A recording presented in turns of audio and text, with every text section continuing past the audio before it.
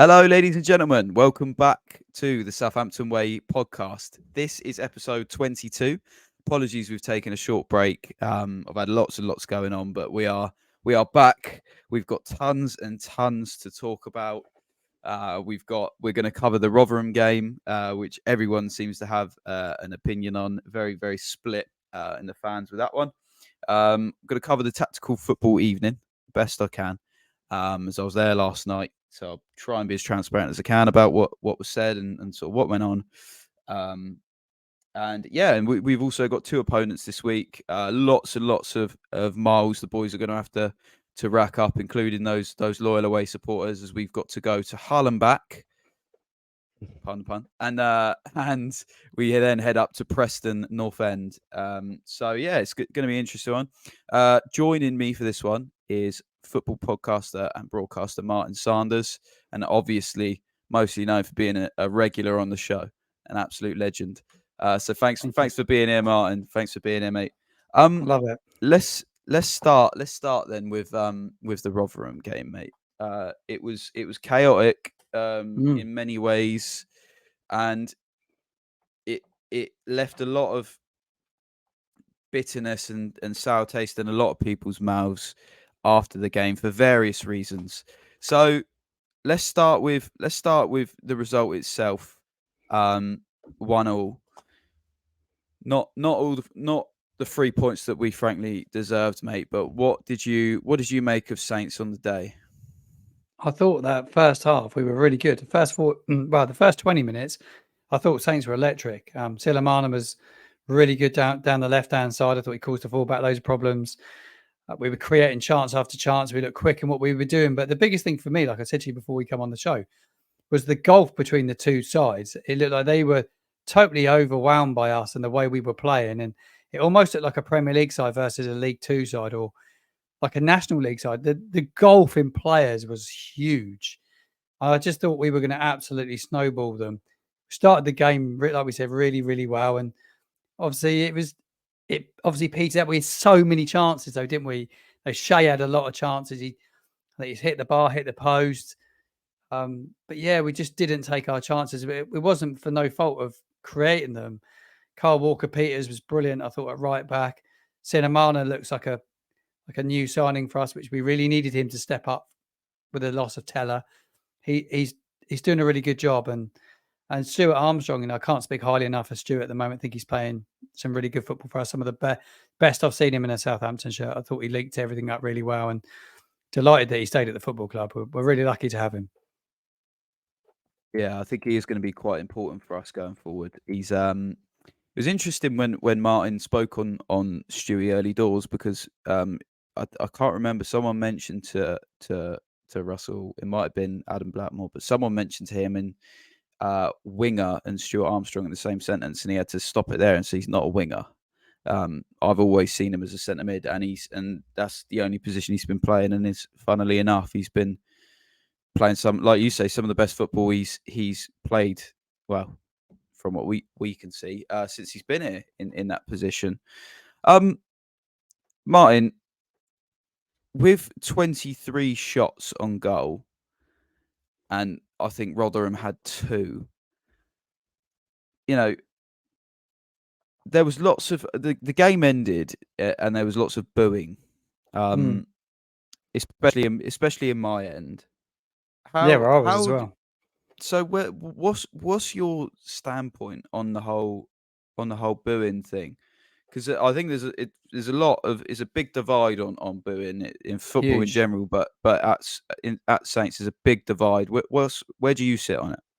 Well, it all just stems from, like, you watched England internationals over the last week, and I know obviously it's a totally different situation, but the situation with Henderson, they're booing him all the time. They're booing Harry Maguire. Well, Harry Maguire, it's not his fault. He's not playing at his club. Why is the man getting booed? I find it unbelievable, these people that in life, you or me in our job, if we were getting booed by our boss and say, "Oh yeah, you're not very good, you're shit," it make you feel rubbish and you just wouldn't perform.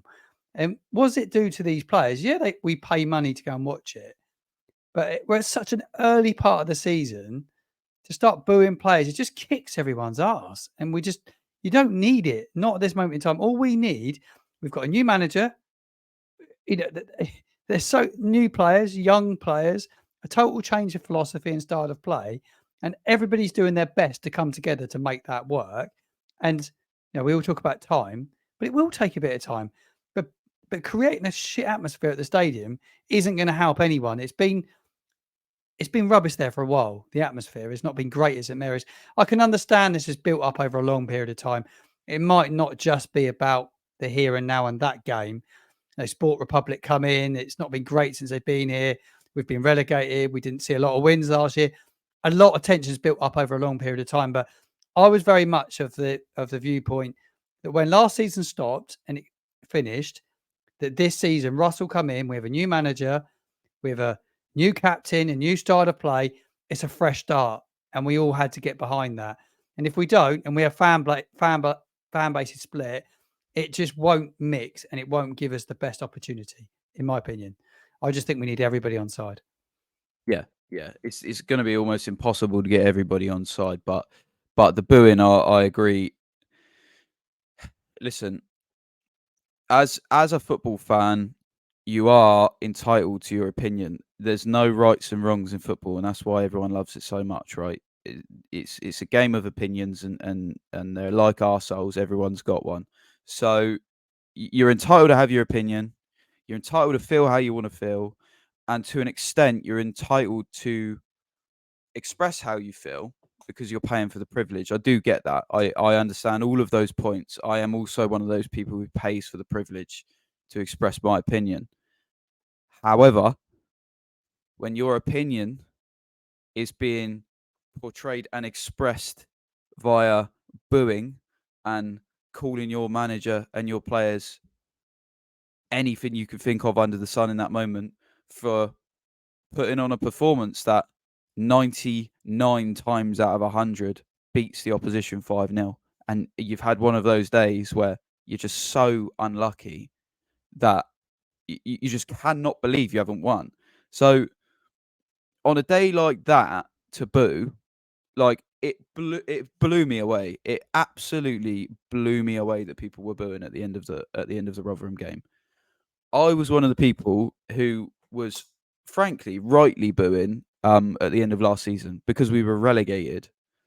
We'd put up a whole season of nonsense. We'd had a manager in Nathan Jones that literally pointed the finger at the fans and said, "Well, they're not doing this, they're not doing that," instead of looking on the pitch and sorting his own things out. This is totally different. This is not the same situation now.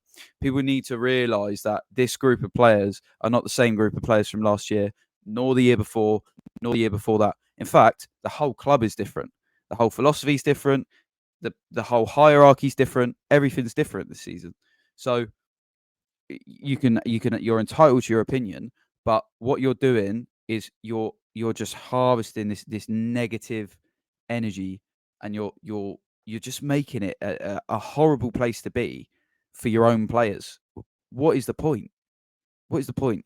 If in how many of us would have taken 7 out of 9 points if you'd offered it before Leeds?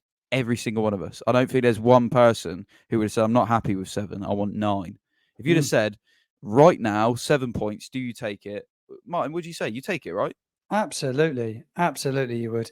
And then when you look at the league table, I've just looked at it again now, with 3 points from Preston in third. So look, in the grand scheme of things, it is like after 4 heavy defeats, awful defeats, to bounce back against Leeds like we did, to go to Stoke. It wasn't a cold Tuesday night, but still a Tuesday night in Stoke, and get a result, which we did. And to come back, yeah, look, we dropped 2 points against Rotherham, but like you said, if you could have taken what we had, we would have never expected to pick up what we picked up. We never got the 7 from the 3. I didn't think we were going to do that. I thought we would have lost both of Leeds and the Stoke game going into those fixtures. I didn't see where we were at that time. Just the confidence was low. Everything was going wrong. Momentum was all in the wrong way, but they shifted it against Leeds. And look, and if we hadn't had the international break, who knows what could happen, because that momentum would keep going, because you can see what Middlesbrough had done in this division. At the end of the last international break, I think they were rock bottom. They were rock bottom of the division. when this international break come along, they're 1 point from the playoffs. So that's how tight this division is. It's an unbelievable league. I'm actually quite enjoying it. I don't hate it at all. I think it's super competitive, like Carl Walker-Peters said today in the interview I heard. And he's absolutely right. It's more of a physical league than I probably thought it was going to be. But God, it's competitive, but things can change so quickly. Absolutely, they can. Absolutely, they can. You look at it, and like you, I would have conceded at least the Leeds game. I would have been happy with 4 points. If you'd have said 4 points, we get a point at Stoke and we get 3 points at Rotherham against Rotherham at home, I would have been chuffed. I would have said, okay, cool. 2 unbeaten going into the international break. We ended up 3 unbeaten and absolutely destroying Leeds and beating Stoke away and getting robbed against Rotherham. I mean, it's one of those things we should all be happy and thinking, how on earth have Rotherham got that? We should just laugh about it. Like, what else can you do? Like, how on earth? Oh, how many times does Jordan Hugill hit that shot and it goes in Rosette? Like, the bloke come on like a bull in a china shop. He got booked for dissent within the first 5 minutes of being on the pitch. Like, it was nuts. It was mental. I've not seen anything like it. The ball bounces up. He hits it from 30 yards over Bazunu. You can't odds those things. And by the way, anyone blaming Bazunu for that, at last night's talk, Russell Martin said that Gavin was screaming at his defence to head it back to him when that ball was heading. That's why he was off his line, just to clear that up for you. So it's just a freak goal. It's a freak result, and that is all it has to be. Like you say, we're 3 points off of Preston. We're 6 points off of Ipswich. And I think we're actually probably in arguably a better position than any of the 6 ahead of us at the moment. Maybe even the 8 ahead of us, because everyone's talking about this record-breaking Leicester. Oh, Leicester are going to walk it. All right, pressure's on Leicester. They start losing. Oh, what's happened to Leicester? Oh, Ipswich are going to get promoted. They're absolutely on fire. That no one's stopping Kieran McKenna's men, the young, talented boys. Yeah, young men, when they make mistakes, can really struggle, like we saw last season. All right, so pressure's on Ipswich now. Birmingham on fire. They've just made a quick fire change out of nowhere. Eustace has gone and Rooney's come in. Pressure's on Birmingham now. Oh, Sunderland, Tony Mowbray's going to play an amazing. Jack Clark's one of the best players in the league. They're building these teams up to be like amazing. And we're like, oh, well, look, Russell Martin, he passed it sideways and backwards and they're 10th in the league. Fine, I'll take it. If that's what you think, I will take it. Because at the end of the day, when you're looking at, you've got 35 games left and you're 6 points away from second place right now, who can genuinely complain? Like, we're not cut adrift. Like, people think that there's absolutely no chance that we can go up automatically. We're not cut adrift at all. There's so much opportunity left in the league. In terms of team selection for Rotherham, Martin, were you surprised to see Shea in, given how well Charlie's been playing? Yeah, I think I was surprised. But like you said at the top of the show before we come on, that I think Russell probably wanted to go with that out and out 9. I can understand probably why he wanted to, really. And it was probably when you looked at it before the game, I actually thought, oh yeah, he'd be my main man today. I really fancied Shea Adams in that game. I thought he'd be ready to go. You know, he's not played in a couple of games. He'd have a bit of fire in his belly. You know, it's a game where if he could get himself 1 goal, he might get 2 or 3, and you know, gets himself back in amongst Adam Armstrong, who's leading the way when it comes to goals. But Shea didn't show enough in his performance. I was just really disappointed in him. Really disappointed. I didn't think his work rate was quite what it was. His body language spoke a lot about him, and that inevitably that'll probably see him dropped at the weekend, and I see Charlie come back in because I think Charlie's been brilliant. I can understand why Russell did it, and I expect Russell thought the same. I expect he thought it perfect opportunity to give him Shea a chance, perfect opportunity to get him some goals, give him some confidence. He just didn't take it. And it does happen sometimes in football. He had a couple of chances, but it just didn't happen for him. And it's unfortunate. But yeah, I think we probably both agree he probably won't start at the weekend. No, he probably won't. Not that would be solely down to the Rotherham performance, but I doubt he will feature at the weekend. He's a weird one, Shea Adams, isn't he? We there's a bit of a thing around him saying that you know, oh, it's the play for a move form, and then when it doesn't happen, he just drops off a cliff. And there's evidence to support it. Let's be fair. That's 2 seasons in a row. There's evidence to support it. You'd like to think he's a guaranteed 20-goal striker in this league, but if he carries on like this till January, I don't think the club would have a problem getting as much as they can for him in the window if someone's still willing to pay that money for him. That is. Let's talk a little bit more on the atmosphere quickly, Martin, before we move on to something a little bit more touchy and serious. The atmosphere at St Mary's, aside from the booing at the end of games and so on and so forth, we speaking off air about this. The negativity that's bred even when you're winning the game from certain patches of supporters. What is your how is it? First of all, what's it like around you? Because around me, I generally there's a few season ticket holders around us, but generally the seats around me are up for grabs, so we get sort of different patches of fans every now and again. And there's one common theme with these types of fans who sort of come and go, is that they always seem to have an issue with when the ball's played sideways or the ball's played back. Same for you? Yeah, I'm stadium hopping a bit this season because I don't have a season ticket. I'm going to every home game, but I can get some complimentary sometimes through a player. So I've not bought every ticket I've bought this season. So I've skipped around a little bit. And it's a nice opportunity because I don't always have my kids. So I'm going without them a little bit now. So I just sit where I probably wouldn't normally sit with the kids, language, things like that. So I've maybe gone in and around the northern a couple of times. I'm just going around the stadium. I love it. But there's a common theme wherever I go.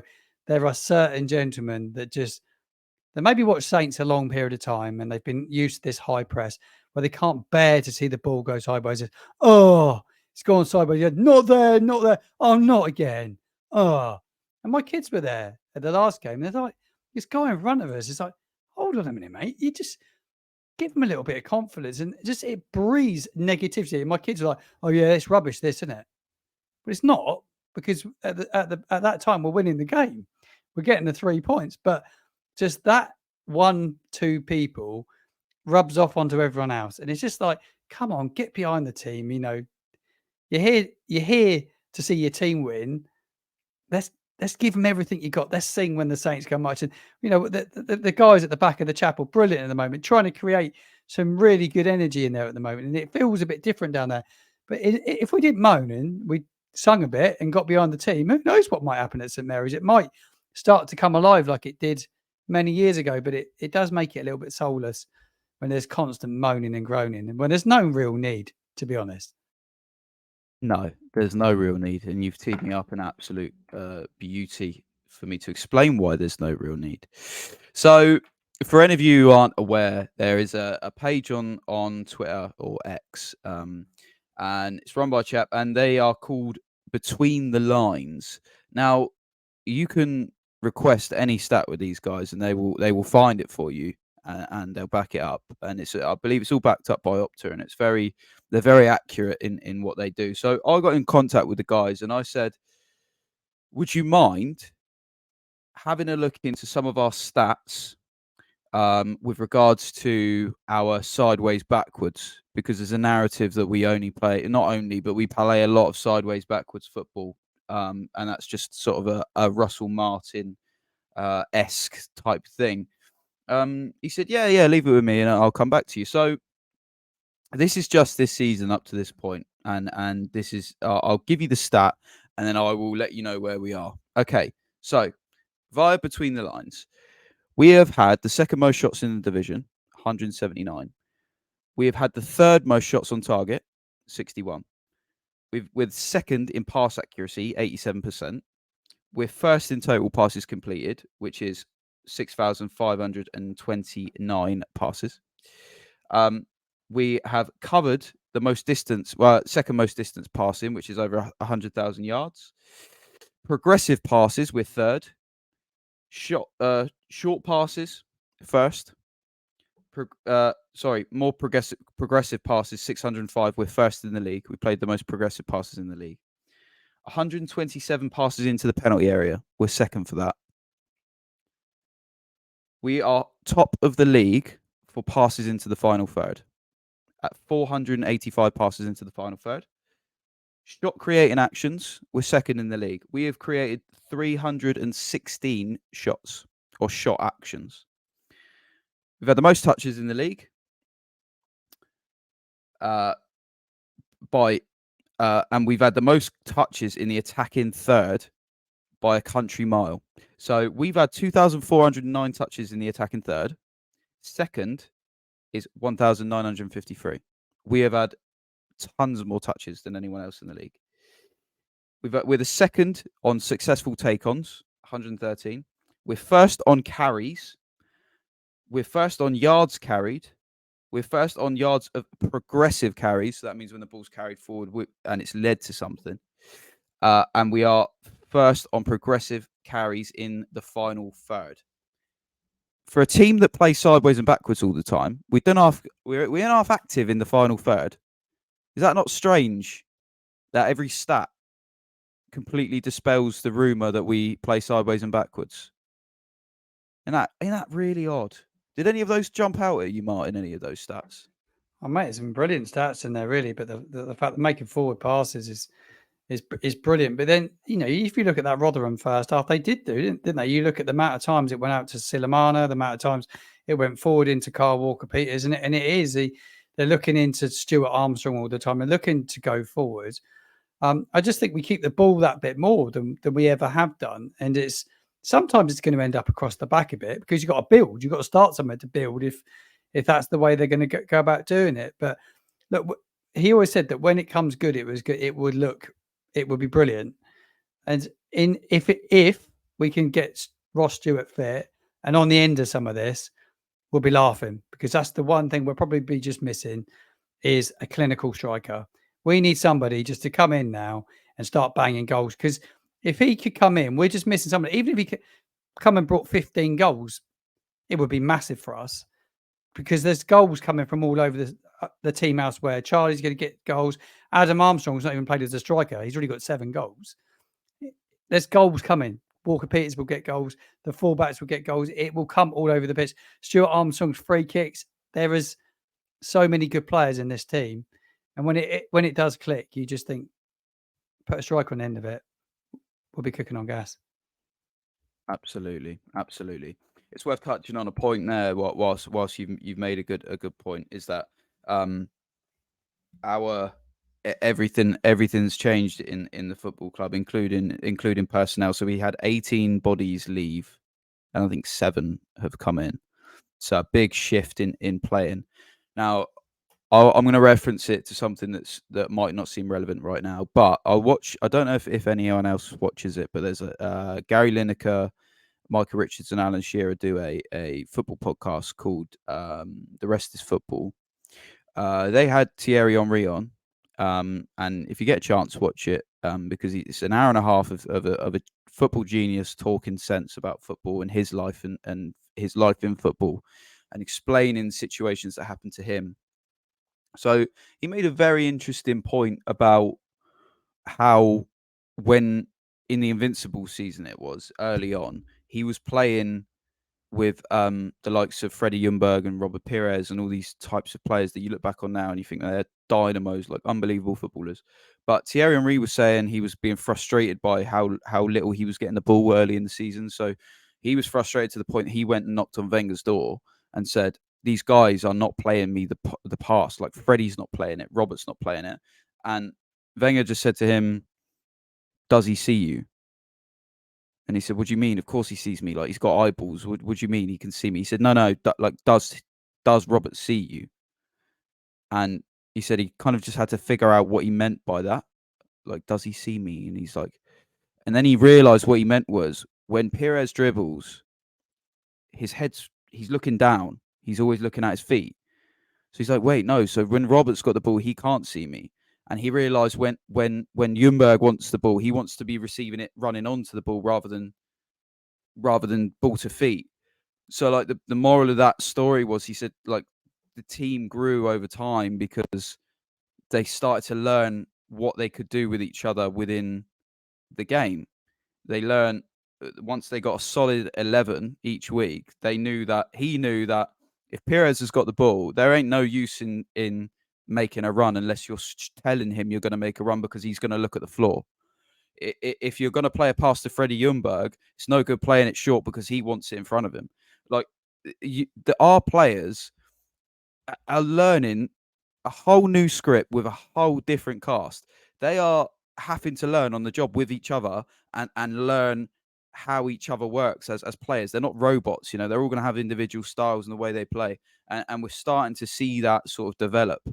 Last night, Martin made a point of our tricky players, and he made a point of Camaldine specifically, is we are trying to, not to give too much away, but we're trying to get our tricky players in 1v1s. So you won't see Camaldine or Ryan Fraser or Sam Ammo or whoever's playing a Dozy on a wing. You won't see them drop deep and then try and take 4 or 5 players on. That's not the aim. He wants those players to be put in 1v1 situations. But to do that, we have to have the build-up play. So, and all of these boys are learning about each other all the time. So like you said, Martin, when it clicks, it's going to be beautiful, and it will be. I've got absolutely no doubt when that team gels with the talent that's in that team, it's going to be unbelievable.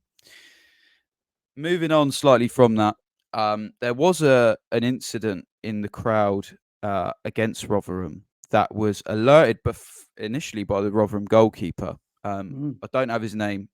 By the way, one of the best goalkeeper performances I've seen at St Mary's in a long time. But aside from that, he alerted the referee to a situation. Martin, you were near it, and you weren't particularly pleased. Without going into details about specifically what happened, let's talk about the response to what happened. Because I was right next to it. Because we obviously, with respect to the people involved, we don't know the details, so we will spare the details on that. But the response was poor from what you've said, right? Yeah, it was quite upsetting. It was quite emotional, actually. I found it a little bit of a choker, really. I was with my 2 kids as well. So first thing you want to do is protect your kids and get your kids away, because it was in the stairwell. Get your kids out of the way. Everyone's trying to get the kids out of the way. So it was obvious something was pretty serious going on there. But yeah, the response was really, really slow. And I think when there's an emergency like that and they see somebody that's unwell and hurt, people, when things don't happen quickly, it seems like a long time, but it was a long time. Just the stewards, loads with the back to the fans, really slow, dawdling around. Obviously, they're screaming, "You need to see to this person quickly. You need to get up here quickly. We need first aid. We need first aid." And they didn't. It just didn't happen. And it took the Rotherham goalkeeper actually to come over and scream at one of the stewards. He could see exactly what was going on in the stairwell, and obviously, alerted them, and things started to move. But it was a real slow. But I just think what went on with the amount of kids around and stuff, the club just didn't really. The stewards, it's not it's the people that work for the club. They just didn't deal with it.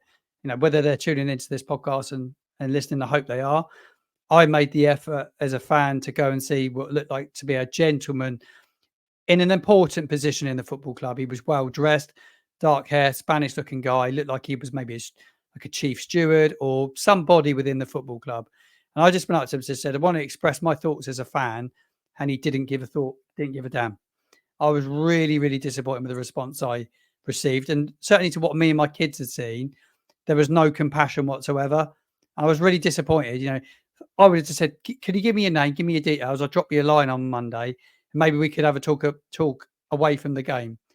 And I know I wasn't the only fan that did that went down, but just like the whole ownership around it was really bad. The way they dealt with people just wasn't great, and it took a fan to take over and to take control of the situation, which was unbelievable. Really, it was just so badly handled. It was upsetting, and to be honest, it did delay the second half of the game. And I think Russell Martin was aware of what was going on the sideline.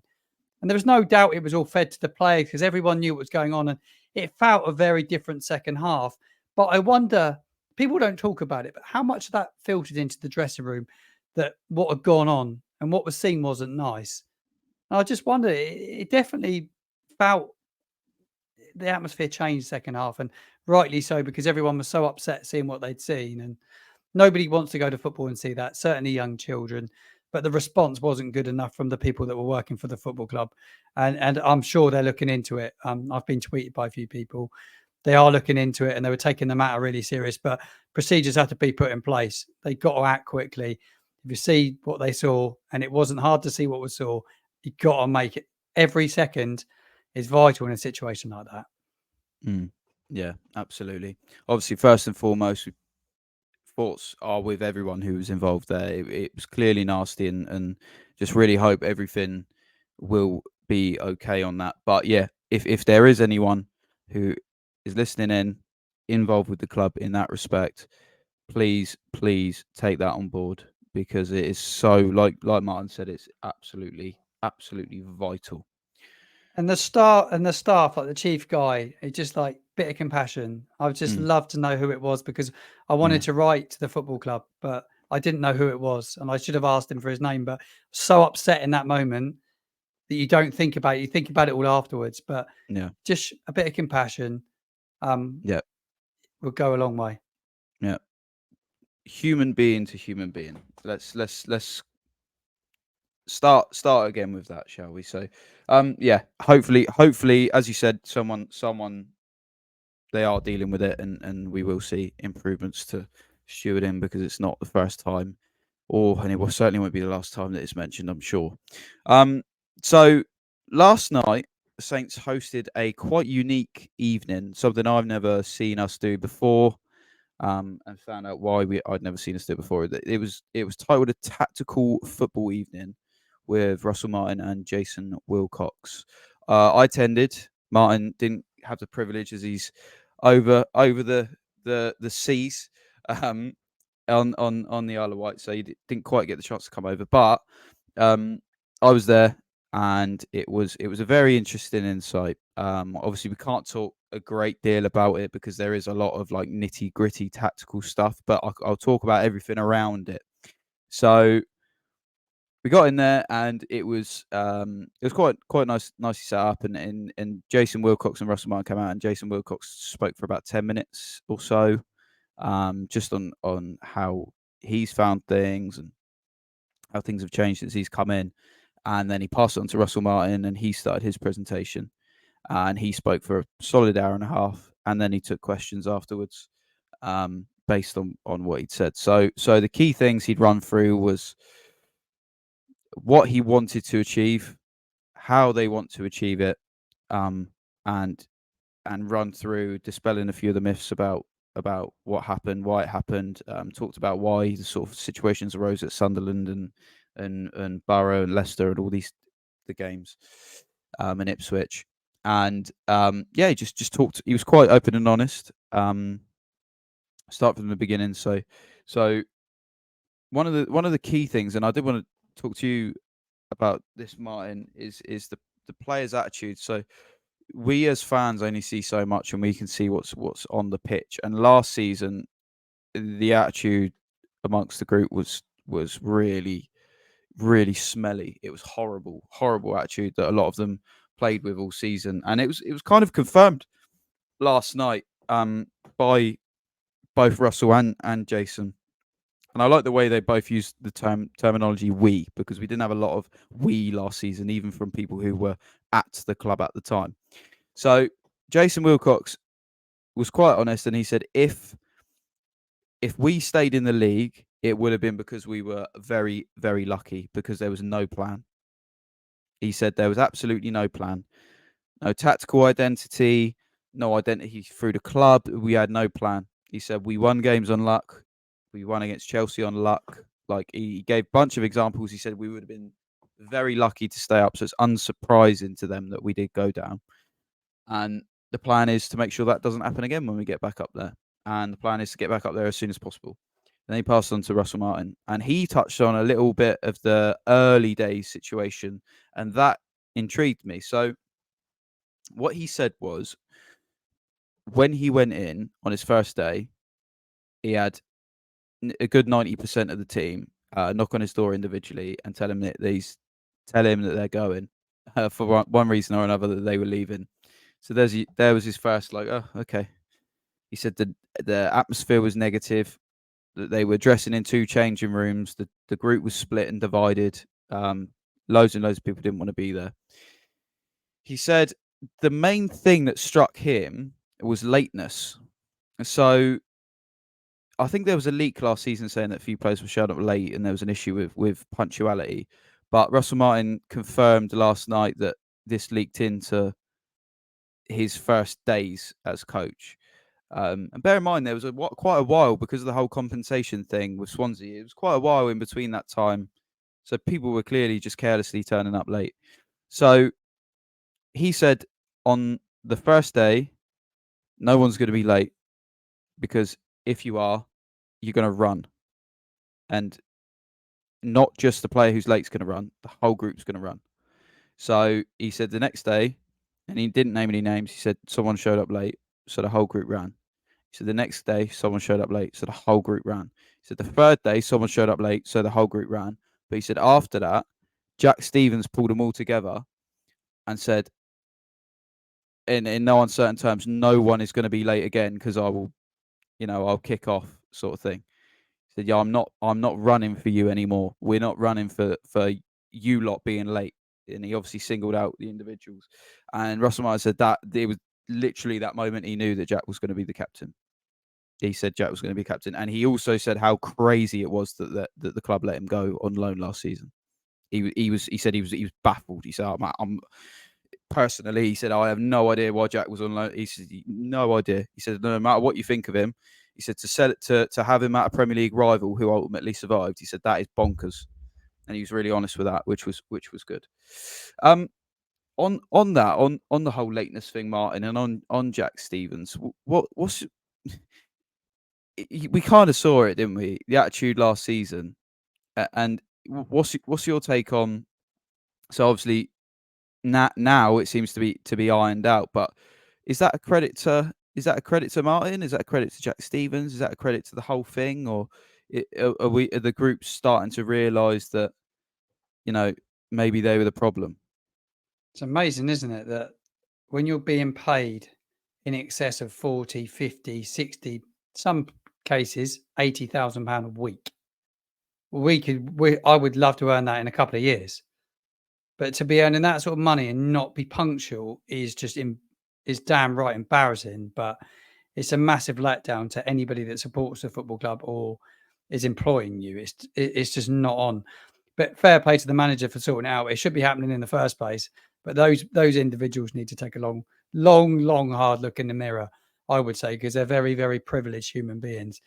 But a lot of them last year didn't deserve to wear the shirt anyway. I'm glad a lot of them are out the door.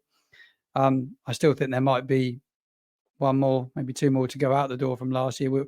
We will see, but I'm delighted Jack's back. I think I still can't believe that he was playing for Bournemouth last season when we were struggling like hell. Him and Benderett would have been brilliant for us last season together, and he would have given us loads of leadership. But that just speaks absolute volumes of what was going on last season. What the heck were they thinking? I don't know who made the decision or whether there was a clause to bring him back in January. I know that Nathan Jones never even went after Nathan Teller in the January window last year. Just speaks volumes of him as a human as well. What was he doing? 2 players we needed at the football club last season that would give us a massive chance. And then we had a stubborn git in Ruben Sellers. It was horrible, wasn't it? It was just horrible. But yeah, they're very privileged, aren't they? And yeah, they are. Very privileged. He mentioned that. He did mention that. He said the only reason he chose to make them run is because he said I could fine them and take the money and go and spend it myself if I wanted to. But the one thing you're not going to hurt a footballer with is money because they've got far too much of it. So it was the concept of one of you's late, you're all suffering. So, and I quite like that, and it's clearly got a tune out of them because he said no one's been late since. So that's good. But he did also mention a few of the offenders did leave the building. So that's also explains a few things. So yeah, moving on. He did take questions after his whole tactical section, and Andreas Georgsson, the set piece coach, took a question as well about how we're defending set pieces, which is really interesting. And someone posed a question to Russell about how um his whole plan around tricky players, and he said that the idea is to get them into the 1v1s, but building up. And he also mentioned how important Flynn Downs is to all of this. And he said that Flynn is loving being here. And he mentioned the comments about what he said after the Rotherham game, because Flynn Downs was quite vocal about the booing. If you remember rightly, Martin, he said it was mental, and he said it was crazy to be booed after that game. Russell said that that was purely born out of frustration for not winning the game, and not a dig at the fans, because he is genuinely loving being here, and he's genuinely a very important part of the team. What have you made of Flynn Downs, especially over the last 3 games? I think he's been better over the last 3. He's definitely struggled, didn't he, when he come in? He said that, I think I saw an interview. I can't remember. I heard it on the radio. I can't remember where I saw it, but he said about the amount of weight that he'd lost through that illness, and when he come in, he just wasn't up to speed. But he has looked to set. He's settled in.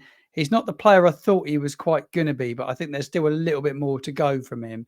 He's definitely improving. I thought he was good against Leeds, but he will get better. He played, to be fair, probably the best performance I've seen of him was at Stoke. I thought it was Stoke on TV when I watched it. I thought he was really good there. But he'd get better and better. He's a Premier League player. There's no doubt about that. The West Ham fans that I know one West Ham fan really well. He absolutely raves about him. They were like fuming that he's gone. But we're lucky to have him. We'll get more out of him. I think we're getting more out of everybody. I don't think anybody's really shone just yet. But we're 11 games in. You do 5 games, you have an international break, you do another 5 games. It's been so broken. But we get the next 5 out of the way, then you get a good run to Christmas, and that run after Christmas, that's when it really starts to count. And we'll see the best of Flynn, but I think we'll see the best of everyone else as well. We will. Absolutely. And that's one thing he did say last night, was when it comes together, it will be beautiful. And he promised we will have a team that we will be proud of and we will be able to connect to, which we haven't had. And I will just wrap up on the tactical football evening and saying the reason we've never seen it before is because this isn't a Southampton thing. This is a Russell Martin thing. He wanted personally to explain to those who were willing to make a small donation to the Saints Foundation and could be there that night. He wanted to be there personally to show you why he is going about what he's going about and the way he's going about it, and why he's not changing, why the ball sometimes goes sideways and backwards. He showed us clips from training sessions. He showed us clips from games where we lost, where we should have had a shot, where we had a clear chance to score a goal and we didn't, where we'd had a clear chance to stop a goal and we didn't. And he explained in every individual situation why that wouldn't be the case now. And he was right every time. It was either Will Smallbone being caught out, Ryan Manning being caught out, Kyle Walker-Peters being caught out, and not once did he put blame on them and say, "Oh, it's all his fault." It was part of growing as a team. To sit after 11 games with 17 points and we're 6 points off of second, we can't complain, can we? Really, we really can't complain. And the fact that we've got a manager who was willing. This is not part of his contract. The club haven't asked him to do this. He really wanted to do this, to come and explain to you why him and his team are doing what him and his team are doing. That speaks volumes. Would Ralph have done that had the club not set it up for him? Would Nathan Jones have done it? Not in a million years. He didn't even show up to the fan forum that he had when he was there. Would Ruben Sellers have done it? No way. Not a chance. Not a chance. You got a man who actually cares about our football club. Genuinely, he cares about what happens at our football club. His kids are Saints fans now. They go to school with Saints bags and scarves. He said, they're obsessed. He's a Brighton fan, but he said while he's here, he's the biggest Southampton supporter in the world, and he's not saying that on a Nathan Jones, David Brent type thing. I believe it. I genuinely believe the man cares about where this club goes, and that is so important. People can't forget that. People cannot forget that when they're forming their opinions. Our club have got a lot of travelling to do, Martin, over the next week. We got a lot of travelling to do. Is it still is it the KC Stadium still? What's Hull's ground called? Where are we off to? Well, we head to Hull against this Liam Rossinia's side, or what the Liam stadium's called Rossinia's now. Hull. The It's MKM Stadium and now. Look at that. it's been rebranded, another sponsor. Yeah, They're a there good. you They're a go. good side. You know, they're not a bad side. They're not in. They've not lost at home, Hull, but they've only won at home once. So There you they're go. a side that they draw a lot of games, don't they, Hull? You know, they managed to beat Leicester and they got a point against Leeds. So that we're the final relegated side to play. So it'd be interesting to see how it plays out. Two sides that want to keep the ball. What's your thoughts on sort of how you think it'll play out? You know, they're going to look to play it out from the back. We'll look to play it out from the back. I'm intrigued to see how it goes after an international break as well, Josh. I just it's a hard place to travel, a long way to go. Probably a flight up from Southampton tomorrow afternoon, maybe you think. Yeah, I think that's exactly what's going to happen. When you look at uh, the way we play, like you say, it is quite similar. Russell Martin did mention that he finds a lot of teams who play against a style similar to ours and Hull's, where you keep the ball, hate it because they think it's arrogant. They think we're too good and we're trying to play tippy tappy, and they can't stand it. And I found it really interesting to know that. And he said also, which could be interesting to team selection, that the Scottish boys will not be back until Friday because they qualified for the Euros and they spent extra time celebrating. So Che and Stu won't be in the building until Friday. So, which is tomorrow as we're speaking, Martin. So to say that they're going to play, it would be a strong assumption. I can't see either of those starting. I'm just looking. So Hull haven't won in their last 3 games, and we haven't lost in our last 3. So that's an interesting stat. Hull are 4 games without a clean sheet, so they've conceded in the last 4. And like you mentioned, Philogene, the man is key to them right now. So if he's fit, did you say is he got a knock? No, they're Philogene? hoping that he's going to be fit at the weekend. No, they think he will be. He's been their star man so far this season. From the Hull Definitely. I'm fans just that I looking speak at to, now. I've got a mate that follows Hull, and he's he said that Philogene's their key man. He said he plays Yeah. on the right side. Because he said to me, "Oh, who's your left back?" So it's Ryan Manning. He said, "Well, he's going to have a busy day." He said because Philogene is a Premier League player. He said they also speak about a Delap. They say that Delap's, though he's not scored loads of goals for him, he's a real handful, and he's been playing well. They said that he's been one of their best players this season. He just hasn't had a reward for it in terms of goals that he scored. But again, they play a slow, patient build-up play to Hull. I think it's a tough encounter for us. It's definitely going to be tricky. I'm just looking at Philogene's stats, and he's averaging nearly 3 successful dribbles per 90 at the minute, and he's a player who gets fouled quite often. He's clearly. I haven't seen enough of him personally to say, oh yeah, he's a wonder kid, but he's clearly got talent, the guy. So I he's put Ryan going to Alsop stand in the out. goalkeeper as well. Ryan Yeah, Alsop's good with the ball at his feet as well. He's been around. A lot of the fans were a bit disappointed when they signed him, but from what they've said, he's been really good for them in goal. Ryan Alsop. Yes, yeah, he has been actually. He's been quite solid. I've sort of had a look at some of their. I've been having a little research on Hull recently because I was fascinated. It was after they beat Leicester, because it was so left field to me. I thought there's no way Hull are going to go to Leicester and beat them, but they just sat back for 90 minutes, which showed that they can play other ways.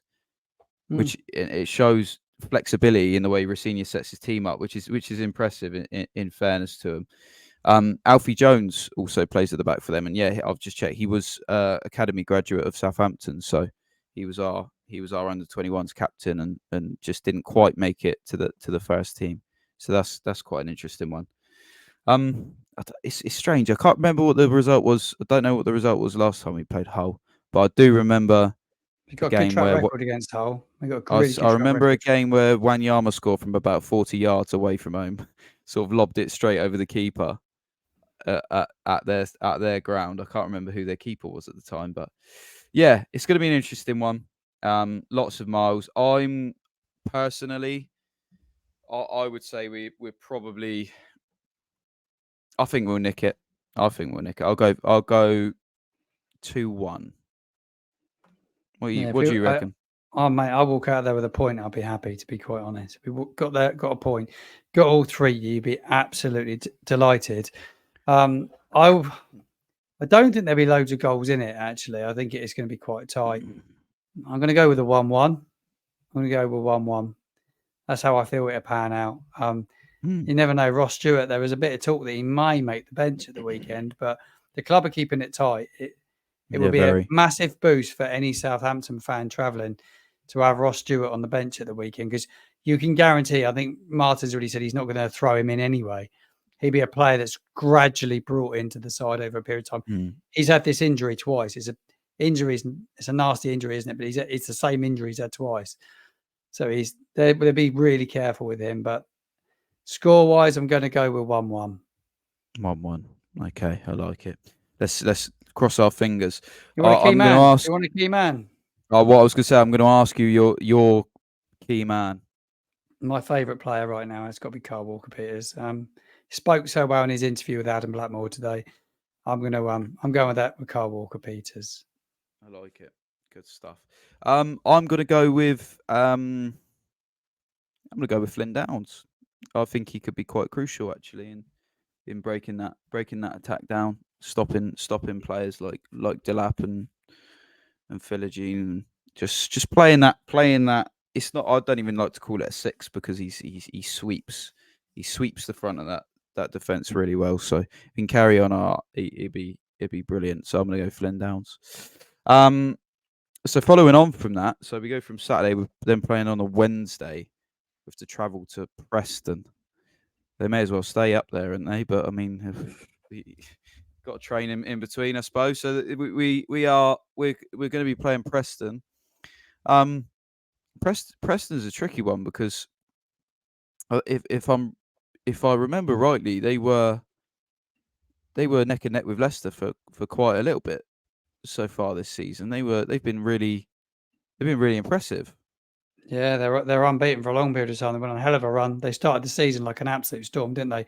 Ryan Lowe, the manager there, he's got a bit of a song out of them. He's been there for a period of time, but they started well, a bit of confidence, but they have hit a rocky patch. I think they lost maybe the last 3 in a row, so they've hit a bit of a rocky patch. But he said before the international break, Lowe, he come out and said he's been really disappointed by the amount his players were giving him. He's going to demand that little bit more as they come into this next block of fixtures. He wanted to see more from his team, and he certainly will do, because even with those defeats, they're still sitting third, so they get going again. They're a fairly decent side. It was not an easy place to go and play football, and it'd be interesting to see how it pans out. But early pace setters, but they had heavy defeats. It was West Brom, Leicester, and Ipswich before the break. So they lost those 3 in a row. So yeah, they've won 6. They've won 6, drawn 2, lost 3.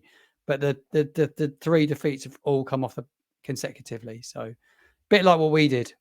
Exactly the same as what we did. Exactly the same as what we did, and looking before that, exactly the same as what we did. Drew 1-1 with Rotherham. So yeah, last 4 have not been particularly pretty, has it? Really, when you look at it, yeah, beat Sunderland, beat Sheffield Wednesday, which isn't particularly hard at the moment. Beat Swansea, beat Stoke, beat Plymouth, beat Birmingham, and then they all went up the pitches for them. So they got Millwall at home in the early kickoff on Saturday. So that'd be just sacked their manager as well. They just have sacked Gary Rowett Rowett, as well. Yeah. I heard that this morning. So that's going to be an interesting one. Strange to sack a manager straight. You've had all the international break, and then you do. What's the brains in that doing it now. If you're going to sack him, why don't you do it at the start of the international break and then get your man you're going to bring in? Unless there's been a strange. fallout, very weird. They did. It said mutual consent. I agree. Timing is a bit strange with that one. And it's actually worth mentioning with Sheffield Wednesday in the last week they've hired Danny Roll, our old assistant, as their head coach. So that's going to be very interesting. I think Ralph's best time as Southampton manager come as he was his assistant manager. It was never quite the same when he left, was it? Yeah, not really. You could argue he had a very good period in lockdown without Roll when we had Ings firing on all cylinders. But it's like it's really difficult when you've never been a head coach to know what he's going to be like. I mean, their first game is Watford away, so take your pick. Goodness knows, but it's going to be interesting to see how he develops that team. But yeah, I mean, we're in the meantime we're playing It's a Preston tough job. on What a tough job to go there and do something against for Wednesday. You know, if they're a team that they're probably going to get relegated. They've not won a game yet. Have they? Drawn 3, lost 8 games. It's a mess there. It's a risk. I'd say it's quite a risky appointment. You think no experience in the division, but obviously a good coach, and maybe they're just use him and give it to him for a period of time. But the owner there just seems crazy as a box of frogs. He really does. Oh yeah, he's Chancery's mental, absolutely mental. It's interesting. So Preston are playing Millwall. Millwall are actually on an unbeaten run themselves. So, I mean, it's going to be interesting to see how that one. The early kickoff on Saturday, and then we play them on the Wednesday. So, it's a tough one to call. Again, you'd be happy walking out with something. I'd like to think if we can get something like I've predicted against Hull, and they struggle against Millwall, then we should be going there smelling blood. So I am going to predict a 1-0 tough fought clean sheet, and my star man of that game, I'm going to go for Jan Bednarek. I'm going to go for Jan Bednarek. I like it. I like defensive performance. Because it's really hard, because I think Jan's going to play, and I think he's going to play well. Whereas we don't know if Harwood Bellis is fit. We don't know if Stevens is going to be back. God knows. This could be a window for Stevens to come back if he's got his fitness back on time. It's really tough. You don't know if Holgate's going to play. But I'm going to go Jan Bednarek, 1-0 Saints. What do you think?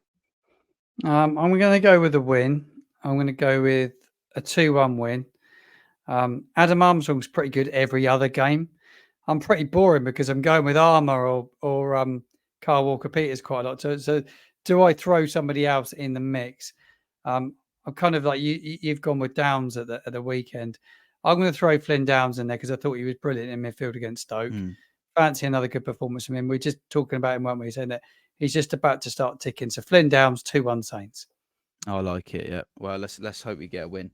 And I'll tell you what. With our predictions, I'm quite surprised we haven't gone for Charlie more often. Yeah, he's due a goal, isn't he? He is due a performance. He's due a goal. That one will just light him up, won't it? It will light him up. Once he gets one, they're all flowing. I think that he was brilliant against Leeds. He was brilliant. I liked Tadosi's interview that he's done this week. I don't know where he's done it, but he spoke about the importance of that first goal and the weight being lifted off his shoulders, and now feeling that he could go on and get more. And he wants to. He spoke about his end product quite a lot. You think with the games back to back that he may start to get a little bit of a look in. I'm surprised we've not seen anything of him off the bench that much, but I think Tadosi will have a real key part to play this season. I like what he said in his interview. He spoke really well. He did. I've read it, and he did speak really well. He's quite mature for his age.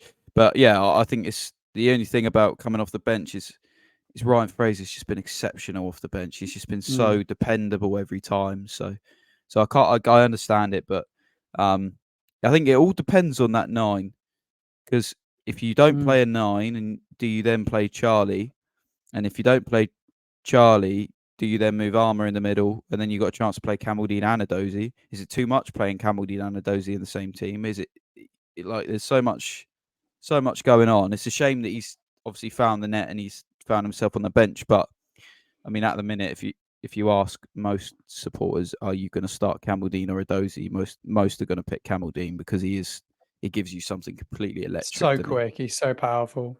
He's So got quick. so much about him. If he can keep applying himself, he'd be a massive asset. We always said that if he Huge. could get his head down for a bit, he'd be massive.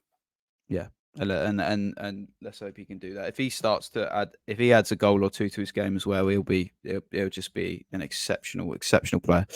Well, that is it for this episode 22. Thank you very much for joining us. And if you're new, we do this every week generally. We have guests in all the time, but it's mainly me and Martin, and we are very grateful for all the support we've received and all the support we continue to receive. If you'd like to show support, all you have to do is follow, subscribe, like, and yeah, drop a comment. Let us know what your thoughts are on anything we've spoken about. We're across all platforms: Twitter, Facebook, YouTube mainly. But Martin, you have got a TikTok, and I think it's Yeah. quite important because TikTok's a growing platform, and I've really been Mm. enjoying some of the stuff you're doing, and you're branching into sort of match day stuff. Did you want to give your Yeah. page a little plug? Yeah. It's at football Martin _ on TikTok. I'm just creating content. I like to go to games and talk to fans. I want to kind of bring it a bit more in and get sort of like a little bit of like pre-match thoughts, maybe some post-match thoughts. But I also want to run a little thing in the next couple of weeks and talk about favourite ever Saints game and favourite players, things like that, because people love it. People love talking about their favourite moments as Southampton fans. I just want to mix with the fans and talk to people like us that are like-minded. There's nothing quite like it. So yeah, please do give me a follow. Subscribe to my TikTok. I really appreciate it. Yeah, drop over there because Martin does hop on live and likes to chat with everyone and talk about Saints and yeah, if you care about Saints and you want to hear about it as much as we do, then definitely hop over there and give them a follow because it's a great page. And drop us a follow while you're on TikTok. I think we need a certain amount of followers before you can even go live. So if you wanted to see us 800. You doing need that sort of stuff. 800 to go live. There you go. So if you want to see us doing that sort of stuff, go and drop the page a follow. But yeah, thank you very much for your support. Hopefully we'll be coming back to talk pre-Birmingham with 6 points under our belt. But you never know. Thank you very much. See you next time.